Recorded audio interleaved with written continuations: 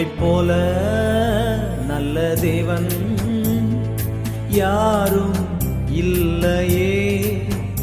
உம்மை போல நானே உங்கள் பரிசுத்தராகிய கர்த்தரும் இஸ்ரவேலின் சிருஷ்டிகரும் உங்கள் ராஜாவுமானவர். ஏசாயா 43 அதிகாரம் 15 வசனம். உம்மை போல வல்ல தேவன் யாரும்